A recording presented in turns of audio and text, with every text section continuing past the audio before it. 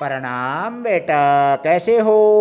अच्छे हैं सर। आज तारा लाडुआ खातर लाया हूँ भाई पाठ 13वां ईवीएस जरोखा कक्षा 5वीं एससीईआरटी का जल में जीवन पानी का में भी जीवन हो। वैसे कदे जो सोचो धरती है, धरती पर वैसे सारे जीव जंतु ठीक सब है, हाथी घोड़ा शेर बकरी आदमी सारे धरती पर वह है, लेकिन पानी में इस तभी बड़े बड़े जलीय जीव वैसे और नरी मछली ना लाइयो, और भी कई डाल के जीव जंतु पाए जावे हैं पानी में। उसके बारे में चर्चा करांगे आज आप क्यों क्यों कुकर रवा है के खावे से, क्यों कर कुकर में सोवे से, एक दूसरे ने डरावे भी से।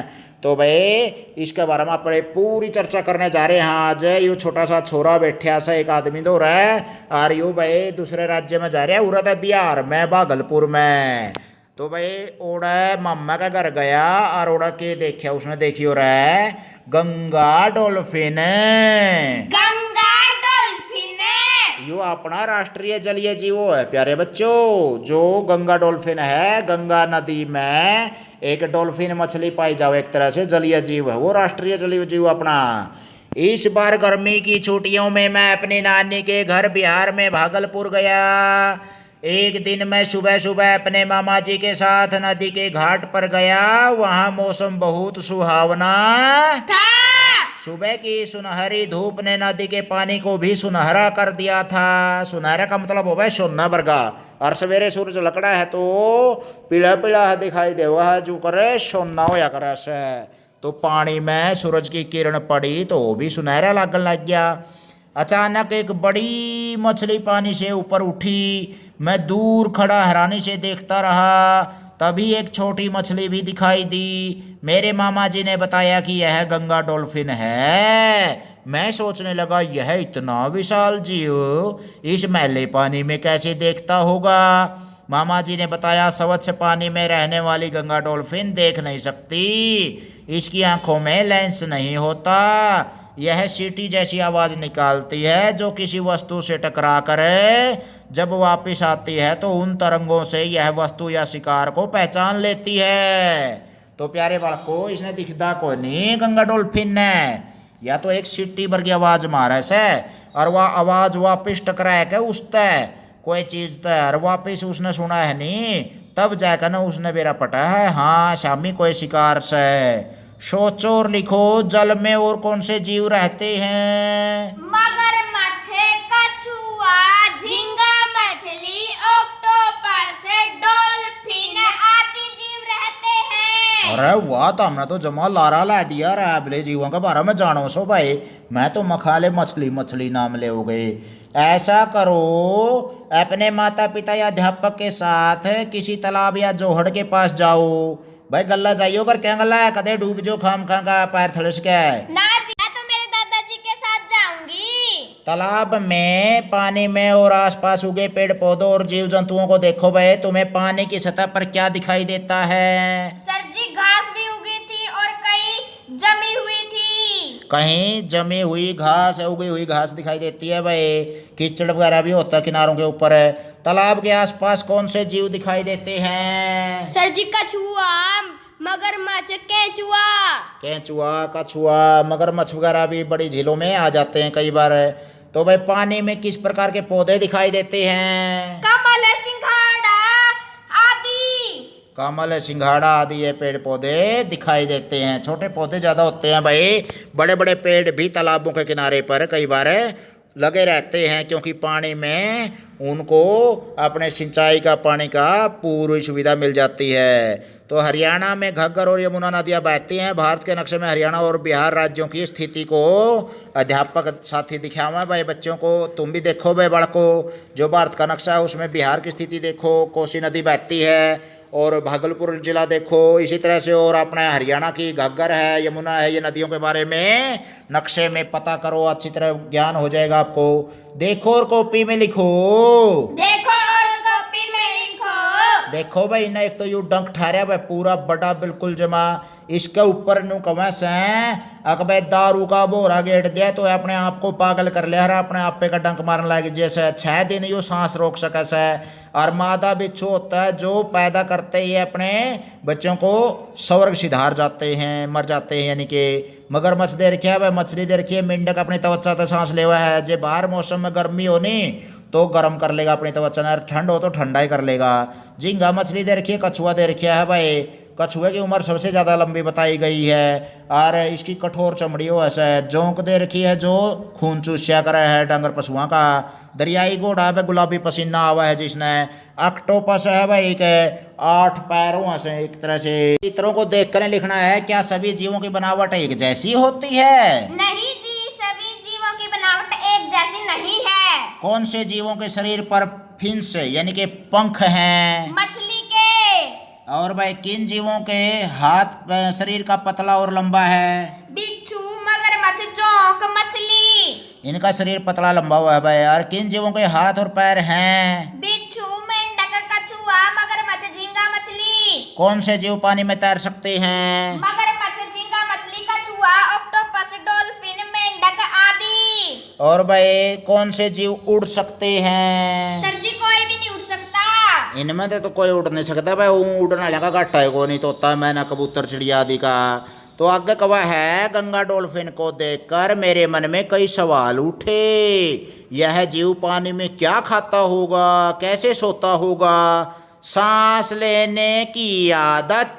सांस लेने की आदत। मामा जी ने बताया गंगा डॉल्फिन का मुंह पतला और लंबा तथा इसके दांत पैने और नुकीले होते हैं। इसके सिर के ऊपर एक छिद्र होता है। यह पानी की सतह पर आकर हमारी तरह हवा में सांस लेती है। अन्य जलीय जीवों की तरह इसके गलफड़े नहीं होते। कई बार मछुआरों के जाल में फंसकर दम घुटने से इसकी मृत्यु हो जाती है। मछलियां अपना मुंह खोलकर उसमें पानी भर लेती हैं।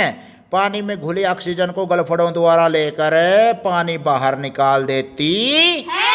देखो भाई न्यू पानी मछली पानी में सांस ले रहा है। देखियो राय पानी भी तर ले जाएंगी, ऑक्सीजन चूस लेंगी क्योंकि ऑक्सीजन और हाइड्रोजन से पानी बना है नहीं। तो पानी को बाहर काट देंगे, ऑक्सीजन भी तर आ जाएगा। इस तरह गलफड़ियाँ तो सांस ले हुआ है भाई। और यह अपना जो ऊपर आएगा आदमियों की तरह सांस ले हुआ है डॉल्फिन हुआ है जो।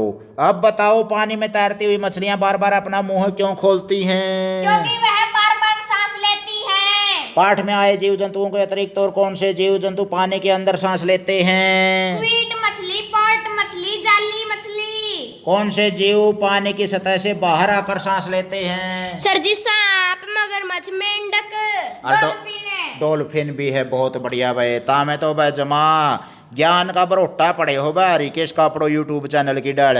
मैं तो मखाले एक भी प्रश्न का उत्तर नहीं आंदा होगा।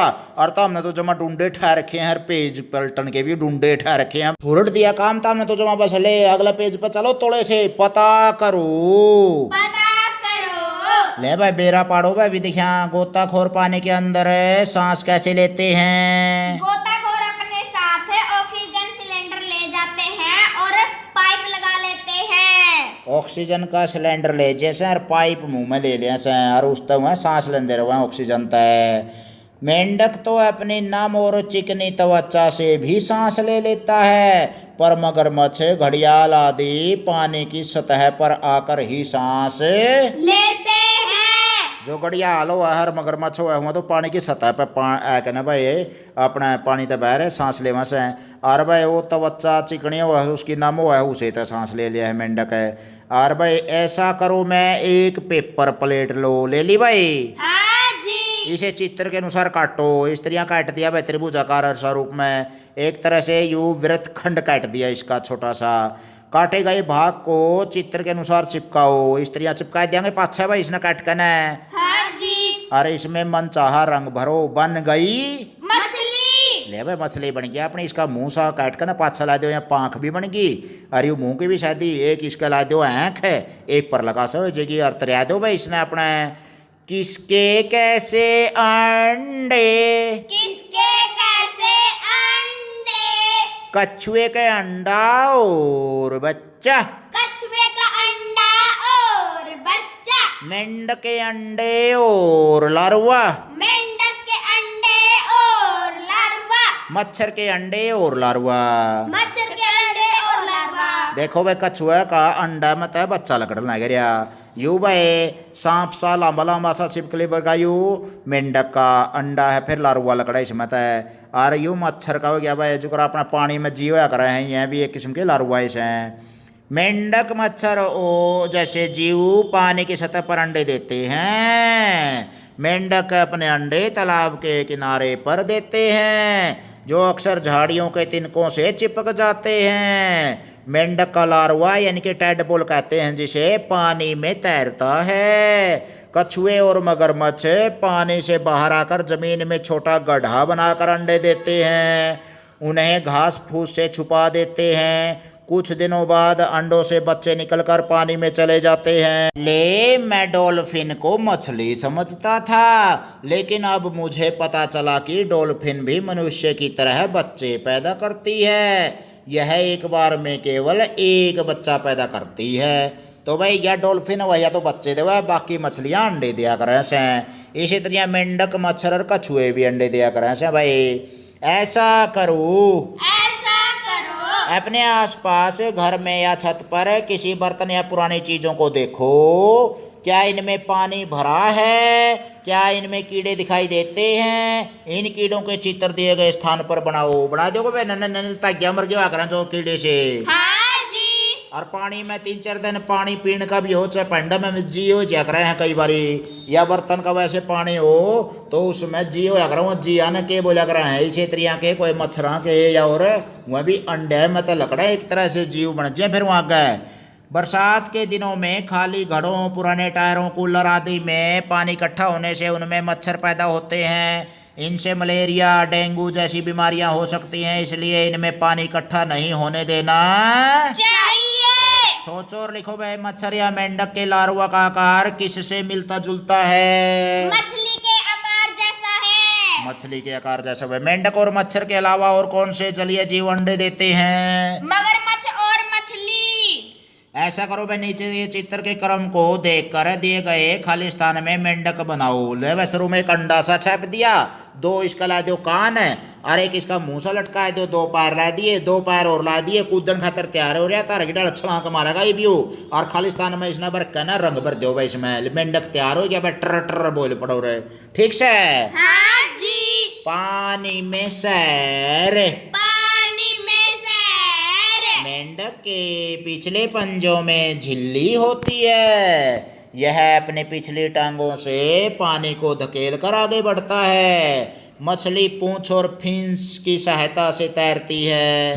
पानी में रहने वाला सांप भी तैरता है। डॉल्फिन के दिमाग का एक भाग सोते समय भी क्रियाशील रहता है। यह सोते समय भी तैर सकती है।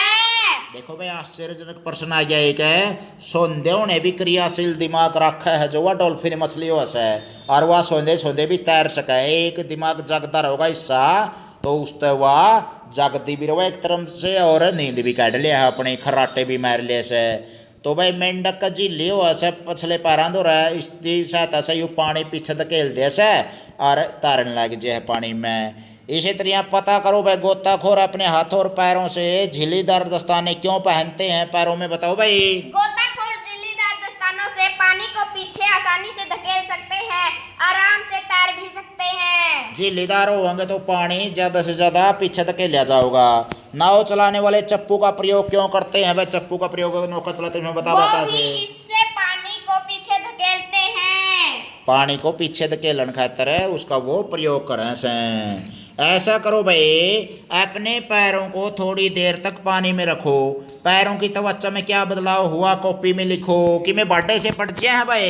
हाँ जी, नरम हो जाए है त्वचा। नरम हो जैसे, और उसमें जो एक त्रेड़ सी इस तरह से पड़ जाए हैं जो कर बूढ़िया की खाल हो या कर जे लगातार पानी में आप हाथ दे रखा। हाँ जी, जुरिया भी पड़ जाए है। जुरी सी पड़ जैसे, बहुत बढ़िया भाई, सही अनुभव होता हमने। तो अपने पैरों पर तेल लगाओ और इन्हें पानी में रखो। क्या अभी त्वचा में कोई बदलाव आया? कॉपी में लिखो। ना जी, को नहीं आंदा तब तो बस नरम हो जाए है त्वचा और गिली गिली हो जाए है। नरम गिली हो जाएगी लेकिन जुरी को नहीं पड़ा। क्या था? तेल है नहीं, तेल का जो चिकनाहट है उसके कारण पानी त्वचा का ऊपर छून को नहीं पांदा, दूरे दूर फेंक दे से। कैसी कैसी त्वचा, कैसी कैसी त्वचा। मेंढक, कछुआ, मछली आदि की त्वचा चिकनी और सलकों से ढकी होती है। सलकों में पतले पतले से नरम से बिल्कुल इस तरह की परत से जो मछली का दिखा रखी है, जिनसे न तो इनके शरीर पर पानी ठहरता है और न ही इनकी त्वचा गलती है। बत्तख, सारस, हंस, बगुला आदि की त्वचा पर तैलीय ग्रंथियां होती हैं। तैलीय मैंने तेल वर्गी, और तेल वर्गी ग्रंथियां होंगी तो चिकनी हो जाएगी, वह चिकनी होंगी तो पानी उसका तो रह खटिया हुआ को नहीं दूर भेजेगा। इनकी त्वचा पर पानी नहीं ठहरता। भाई तैलीय त्वचा होने के कारण है इनको पानी परेशान नहीं करता, नहीं तो बूढ़ी बूढ़ी खाल हो कहना और 2 दिन में इनके पंजे गल रिश्त डाल। तो ये प्राकृतिक संरचना है इनकी, इस तरह से तैलीय संरचना की या फिर सलक होने की।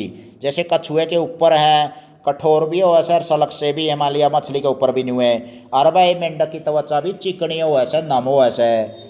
देखो सोचो और लिखो, देखो सोचो और लिखो। ये पक्षी पानी में से अपने शिकार को आसानी से कैसे पकड़ लेते हैं? सर जी इनकी लंबी चोंच है। लंबी चोंच और लंबी जीभ हो गई नहीं तो शिकार इनका काबू में है। जैसे बत्तख पानी में कैसे तैरती हैं? सर जी इनके झिल्लीदार पैरों हैं। झिल्लीदार पैर होंगे तो पानी ने पीछे धकेलती रहूंगी और आगे टुमक टूम इस तरह तैरती रहूंगी। देखिए तब न कदे। हाँ जी। बहुत बढ़िया भाई। बगुले के पंजे कीचड़ में क्यों नहीं दसते? क्योंकि उसके पैर चपटे तथा झिल्लीदार होते हैं। चपटे और झिल्लीदार पैर हो ऐसे नहीं तो उसका कारण क्या है कीचड़ में नहीं दसने पाते हुए हैं। आगे है भाई भोजन की आदतें। भोजन की आदतें। भोजन के लिए डॉल्फिन छोटी मछलियों, कछुओं, झींगों आदि को अपना शिकार बनाती है। के खावा रहा डॉल्फिन रहा, मछलियां न, कछुआ न, झींगुआ न। और भाई यह शिकार को चबाती नहीं बल्कि निगल जाती है। मेंढक अपनी चिपचिपी जीभ से कीड़ों को चिपका कर पकड़ता है। पानी में रहने वाला सांप भोजन के लिए मेंढक, मछली, कीड़ों आदि को निगल जाता है। देखो यहाँ पे निगलना लगे भाई, डॉल्फिन कुकर खावा मछली ने, सांप मेंढक ना खावा है। और मेंढक भाई कोई छोटा सा जीव न ले रहा है, दिखोड़ी दिखाड़ी ने क्या न ले रहा है यू। सर जी टिड्डा न ले रहा है। टिड्डा न, दिखोड़ी न, छोटे छोटे जीव कीट पतंगों को ये खाते रहते हैं अपसरी में। जी का जी बारी है भाई। पता करो और लिखो। पता करो और लिखो। मच्छर क्या खाता है? मच्छर किसका भोजन है? सर जी मच्छर आदमियों का खून चूसता है। और मच्छर खुद किसका भोजन है? छिपकली का भोजन है, मेंढक का भोजन है, ठीक से नहीं? मकड़ी का भी भोजन है भाई। उन जीवों के नाम लिखो जो काई खाते हैं।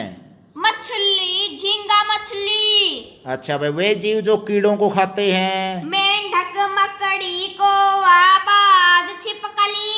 कीचड़ में कमल खिल रहा है भाई। देखो कमल अपना राष्ट्रीय फूल है और राजकीय फूल भी है।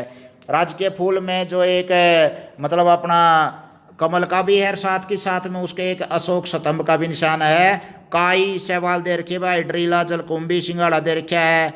तो क्या तुम जानते हो कि कमल का पौधा भी पानी के अंदर उगता है? बरसात में हरे रंग की शैवाल या काई तालाब या जोहड़ के पानी की सतह पर दिखाई देते हैं। जो हरी हरी काई से हुआ है उसने शैवाल बोलिया करा है भाई काई ने।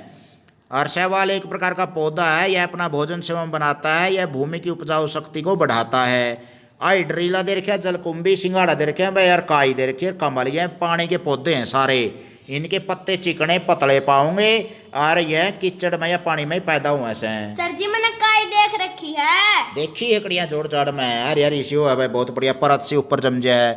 अब बताओ तुमने काई कहाँ कहाँ देखी? सर जी हमारी गडोई में है, नल तालाबों में मिल जाती है, घरों में भी लग जाती है काई। घरों में दीवारों पर थोड़ी थोड़ी लग जाए, लेकिन गडोई वगैरह में तालाबों में किनारों पर लग जाती है भाई। यह किस मौसम में अधिक दिखाई देती है? यह वर्षा के मौसम में अधिक दिखाई देती है। क्या तुम्हें इस पर चलने में कोई कठिनाई होती है? हाँ जी, पैर फिसलता है। हम जब हमारी गडोई में नहाते हैं तो पैर फिसलता है हमारा। वो चिकना चिकना सा हो जाता है ना, पाँव फिसल जाता है उसमें। पानी में भी खरपतवार। पानी में भी खरपतवार। खरपतवार हुआ भाई अवांछित पौधे जो खाम खाई अपनी फसल में उग जैसे और फसल ने नुकसान करा से और जिस ना पे चांदे को नहीं।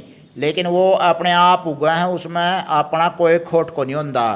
तो पानी में खरपतवार क्यों करोगी? देखो खेतों में डाले गए यूरिया डीएपी आदि वर्षा के पानी के साथ बहकर आसपास के जोड़ों व तालाबों में जाकर मिल जाते हैं। अधिक मात्रा में पोषक तत्व मिलने से शैवाल और जलकुंभी आदि की वृद्धि होने लगती है। ये पौधे पानी में घुली हुई ऑक्सीजन को कम कर देते हैं, जिससे जलीय जीवों को ऑक्सीजन नहीं मिलती और उनकी मृत्यु हो जाती है। इन पौधों की अधिकता से मछली उत्पादन कम होता है और मच्छरों की संख्या बढ़ जाती है। तो प्यारे बच्चों, काई या शैवाल बढ़ेगा, क्यों बढ़ेगा? क्योंकि डीएपी है, यूरिया खेतों में डालना पे बरसात तो है, वो बह के नकड़ियाँ नालियाँ में और स्त्रियाँ अपने तालाबों आदि में चला जावा है, जिससे काई पैदा ज़्यादा हो, जैसे जिससे ऑक्सीजन की कमी हो, शायद तालाबा में मछली वगैरह ज़्यादा पनपन नहीं पाती। इस तरह से ये नुकसानदायक है खरपतवार अपने लिए। देखो और लिखो, देखो और लिखो। दिए गए चित्रों को देखकर लिखो कि पानी किन कारणों से दूषित हो रहा है। शिवरों का पानी, कूड़ा करकट, कारखानों का दूषित पानी शुद्ध तथा साफ पानी को दूषित कर रहा है। तो भाई जो कूड़ा करकट गेड़ा हाँ पे कचरा गेड़ा हाँ, प्लास्टिक वगैरह सारी बहते हाँ, शिवरों का पानी है या फिर अपना गंदा जो नालियों का पानी है, वो सारे का सारा इस पानी को भी बर्बाद कर रहा है, दूषित कर रहा है। सर जी, नलका में तो गंदा पानी डवा है। नलका में तो भी गंदा पानी हो, इसे मतलब डवा भाई पाइप वगैरह हुआ है नहीं, जो अपने फैक्ट्रिया में या और चमड़े के कारखाने रोरिया हैं, उस तय सारी गंदगी पाइपों में को जाकर न और उसे तालाब को या नदी को, नहर के पानी को गंदा कर देती है। गंगा नदी में बढ़ती गंदगी से न केवल इसका पानी मैला हुआ है, बल्कि इसमें रहने वाले जीवों का अस्तित्व भी खतरे में पड़ गया है। पानी की स्वच्छता का प्रतीक माने जाने वाली गंगा डॉल्फिन की संख्या भी कम हुई है। वन्य जीव संरक्षकों का कहना है कि स्थानीय लोगों को इस बात के लिए प्रोत्साहित किया जा रहा है कि वे उर्वरकों का प्रयोग न करें, प्राकृतिक खाद का प्रयोग ज़्यादा करें। इससे नदियों के जल का प्रदूषण कम किया जा सकता है। सर जी, जो ये गंदगी फैला नहीं, मेरा तो नुची करा था कनी और जाकर है नहीं, मेरे दोस्तों सहेलियों के साथ मिलकर ने वो सारा कूड़ा करकट ठेका बाल्टी में घेर दिया।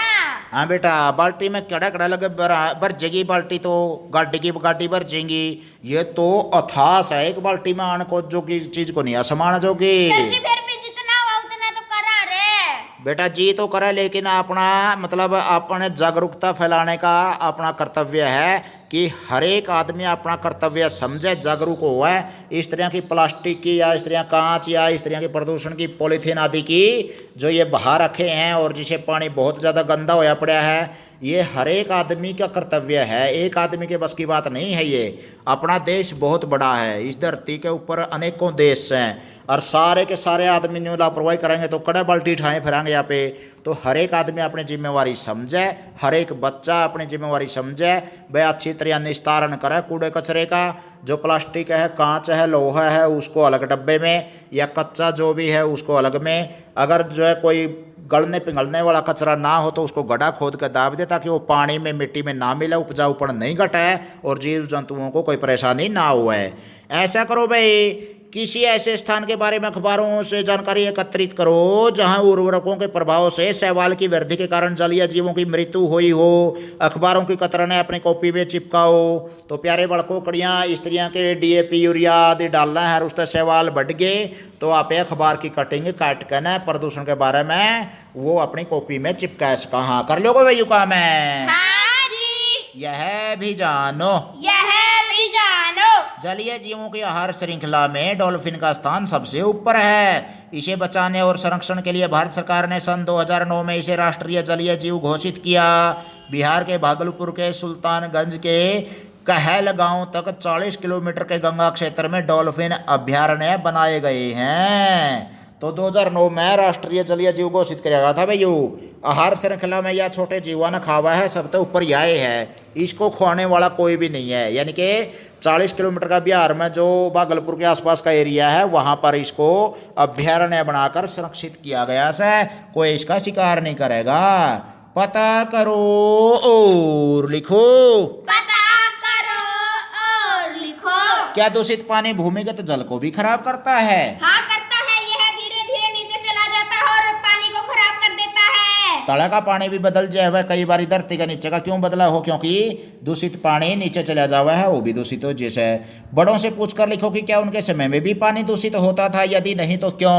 बड़ों ने बताया तब जल प्रदूषित नहीं था, क्योंकि तब खेतों में अधिक रसायनों का प्रयोग नहीं होता था। कारखानों की दूषित गंदगी पानी में नहीं जाती थी। भाई कारखाना का बहुत कम प्रयोग था उस टाइम पे, हाथ से बने हुए सारी चीजें प्रयोग हुआ करती, कारखाने फैक्ट्री थी कोई नहीं, और डीएपी यूरिया इनका प्रयोग कौन कर उर्वरकों का, तो पानी साफ सुथरा रहा करता, अपनी जिम्मेवारी भी समझा करते, बेटा बांगा जोड़ा का पानी भी पिया करते लोग। इसका मतलब है वो जूते निकाल के दूर और तब जाकर भरने के लिए जा करते पानी को। ऐसा नहीं था कि भाई आजकल उसे में नहाना धोना गोबर पानी करना या इस तरह मतलब है डांगर पशु नहाना, ये आजकल तो मतलब लापरवाही कर रहे हैं बहुत ज़्यादा लोग। पहले वाले लोग बहुत ही सभ्य तरीके से पानी को बचा कर रखते थे।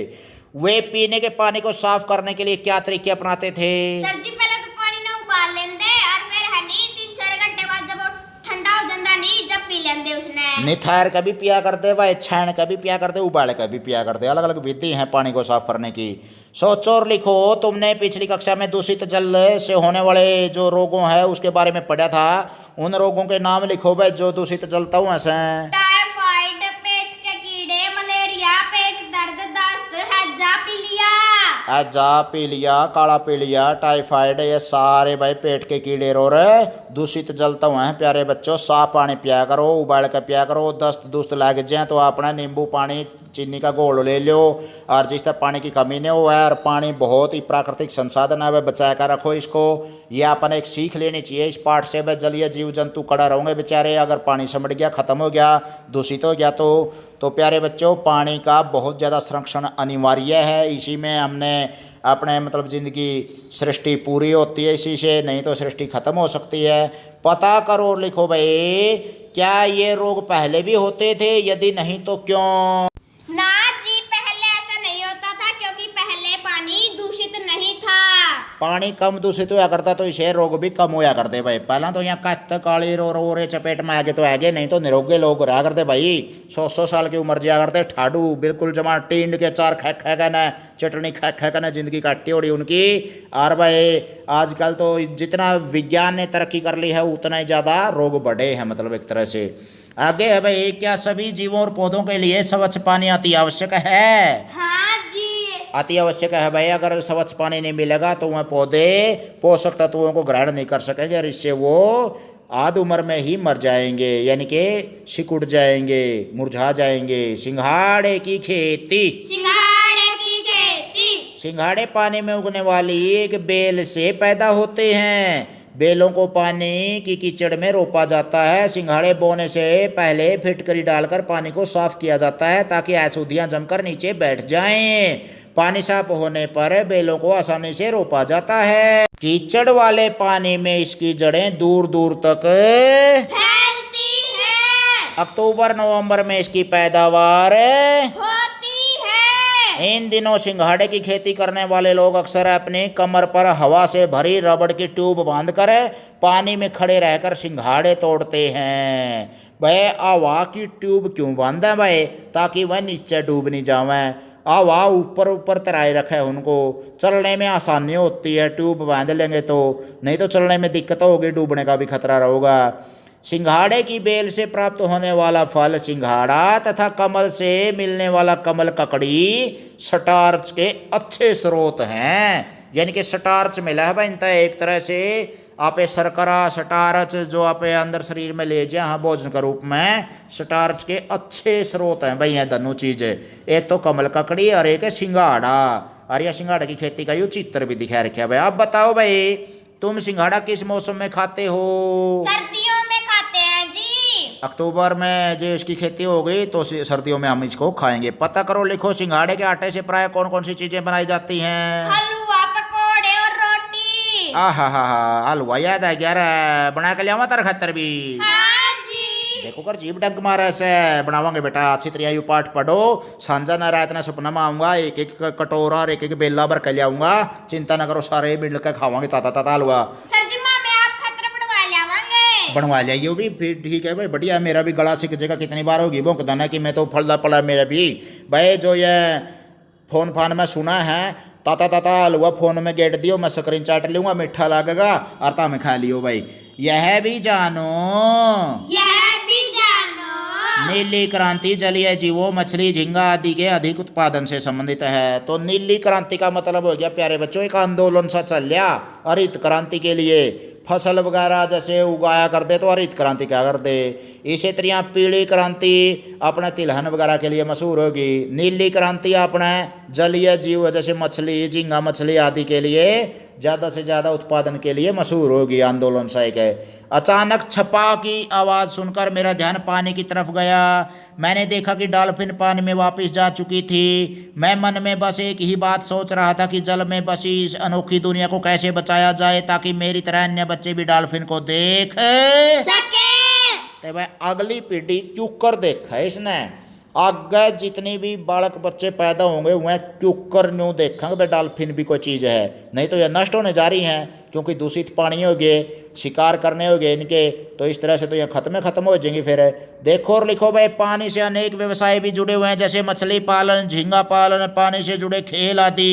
चित्र में दिए गए कुछ खेलों को देखो और उनके नाम पता करके लिखो। देखो भाई कौन कौन से खेल हैं इसमें। और किश्ती दौड़, तो राफ्टिंग हुआ है, किश्ती दौड़ हुआ है भाई, पानी में तैराकी का भी काम हुआ है नहीं, जो बड़े बड़े तैराक हुए हैं ओलंपिक पदक भी जीतते हैं इसमें, तो रिकॉर्ड बना रखे हैं खिलाड़ियों ने जो तरकन है। तो तैराकी वगैरह, किश्ती दौड़ है, अप्सरी में उत्सव वगैरह मनावा है, और केरल में और ये समुद्र के किनारे है तो त्योहारों के समय पर किश्तियों की अच्छी दौड़ हुए हैं, खेल हो गए भाई। आओ ये भी करें, ऐसा करो भाई, पानी यानी कि मिनरल वाटर की बोतल पर दी गई जानकारी को पढ़ो और लिखो। पानी की मात्रा कितनी है? 1 लीटर। और मूल्य भाई 6 रुपए। ईब तो मतलब 15 या 20 की भी बेचने लग गए, नहीं तो 10 रुपया की, 8 रुपया की, 5 रुपया की आ कर दी, 25-25 की भी बेचते हैं भाई जब अच्छा लाभ कमाना चाहते हैं। कब तक इस्तेमाल कर सकते हैं, जो उसके ऊपर डेट लिखी हो रही है भाई, 15 दिन, 20 दिन, 1 महीना, 2 दिन, 1 सप्ताह, तो मतलब उसके अंदर प्रयोग कर सका, नहीं तो वो आगे पानी फिर खराब हो जैसे। अन्य कोई जानकारी के लिख रखी है भाई, कड़ा फैक्ट्री में बनी, कद बनी, उसके ऊपर डेट है, कंपनी का नाम है, सारी चीज़ लिखी हो रही हो ऐसा है, कदे वो पानी गलत हो और सरकार मतलब इस बात की जांच कराए इस चीज़ की, अगर जो गलत पानी भीतर बिक जाए तो जनता नागरिक अपने बीमार हो जाएंगे। तो इसलिए सरकार द्वारा, प्रशासन द्वारा ये निर्देश दिए हुए हैं, अगर भाई इसके ऊपर बनाने की डेट, एक्सपायरी डेट, मोल, सारा सौदा लिखो। क्या हमें बोतल का पुनः प्रयोग करना चाहिए, यदि नहीं तो क्यों? सर जी करना चाहिए। जितना उसका अपने घर में प्रयोग कर लिया भाई, पानी की बोतल ले ली मान लिया, कई तो ऐसा कह कर हैं गर्मी के भी न में बस भूसा में रेला में पानी खरीद लिया और उसने अपने ऊपर अपने जाली ही में फेंके हुआ छोड़िया हुआ उड़े, या फिर बाहर फेंक दे अपने खेता में, गलती नहीं पंगलती नहीं, 1000 साल लग प्लास्टिक नुए पड़ी रहा गलती को निवा, तो उपजाऊ शक्ति घटेगी। इससे अच्छा तो अपने घर में प्रयोग कर लिया भाई, उसने गायल कदर लिया उसमें कि मैं नहीं गायल कदर हो तो अपना खड्डा खोद कर ना दाब दो भाई। इतनी जिम्मेवारी तो निभानी चाहिए अपने, जो उसका पानी पीवा हारा पे खरीदा, हाँ तो अपनी जिम्मेवारी ये भी है भी उसका निपटान भी अच्छी तरह करें ताकि वो कचरा के रूप में किसी जीव को ना सेधे। किसी पौधे का एक पत्ता पानी में रखो, उसे 5-6 दिन बाद छू कर देखो क्या बदलाव आया, क्या वह पहले जैसा ही है, पता करो पानी में उगने वाले पौधों की पत्तियां गलती क्यों नहीं। इन पत्तों पर एक प्रकार का प्राकृतिक मोम लगा रहता है जो इन्हें गलने नहीं देता।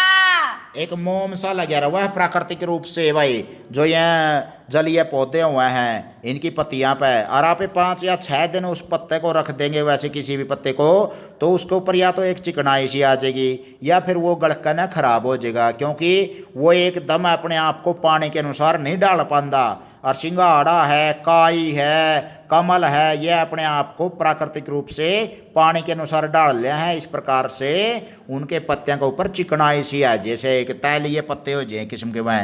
दूषित पानी में जो पेड़ पौधे हैं व जीव जंतुओं पर उसके प्रभावों से जुड़ी खबरें इकट्ठी करो, उन पर कक्षा में चर्चा करो। तो भाई दूषित पानी बहुत ज़्यादा हो रहा है अपने सीवर वगैरह, फैक्ट्रियों के, कारखानों के जो सीवर बड़े हैं इसका मैं तो कुल मिलाकर ना अपने दूषित पानी के कारण बहुत ज़्यादा नदियों में, तालाबों में, समुद्रों में जलीय जीव जंतु मारे जाते हैं। प्लास्टिक की बोतलें उसमें बह जाएंगे, गंदे सीवर है, नाले हैं, उसके कारण बहुत से जीव जंतु बेमौत मारे जाते हैं। तो अपना ये फ़र्ज बना है कि दूषित पानी इनके अंदर ना छोड़ें। अखबारों में जो आपको कटिंग मिले उसको अभ्यास पुस्तिका में या किसी चार्ट पर चिपका लेना है, काट कर। ध्यान रखोगे नहीं? हाँ जी। एक प्राकृतिक संसाधन के रूप में पीने योग्य जल बहुत महत्वपूर्ण है। कुछ त्योहारों व उत्सवों पर पानी की पूजा की जाती है तथा इसमें अनेक वस्तुओं का विसर्जन किया जाता है। पानी से जुड़े कुछ त्योहारों के नाम तथा इन त्योहारों पर किए जाने वाले काम लिखो। त्योहार का नाम के है, जैसे गणेश चतुर्थी है, गणेश चतुर्थी पे आप एक करा है उसका विसर्जन करा है पानी के अंदर, गणेश की मूर्ति का। इसी तरह से और कौन कौन से हैं? होली, एक दूसरे पर रंग पानी फेंकते हैं। होली पे एक दूसरे पर रंग और पानी फेंकते सब है। और कुंभ मेला, कुंभ मेले में पानी में स्नान करा है भाई अपने। इसी तरह मतलब बहुत से त्यौहार हमारे, जैसे कावड़ वगैरह ले आवा है, वो भी हरिद्वार में स्नान वगैरह करके न तभी से चला है वहाँ से। तो कुल मिलाकर हमारे पर्व और त्यौहार पानी से बहुत जुड़े हुए हैं। पानी की पूजा भी करी जाए। हर पानी में जो गंदगी बह दिया है वो गलत हुआ है भाई। देखो, चर्चा करो, यदि पीने योग्य पानी सीमित है तो पानी से जुड़े रीति रिवाज निभाना कहाँ तक उचित है। तो भाई जिस तक पानी बर्बाद हुआ है और जिस तक पानी में गंदगी फैला है और ज़्यादा से ज़्यादा, जैसे कई बार आप नहर में या जबाया में इस तरह की कई चीज़ बह दिया हाँ, तो जे अगर अपना किसी कारणवश अपने हाथों से पानी प्रदूषित हुआ है तो वो बहुत गलत हुआ है भाई।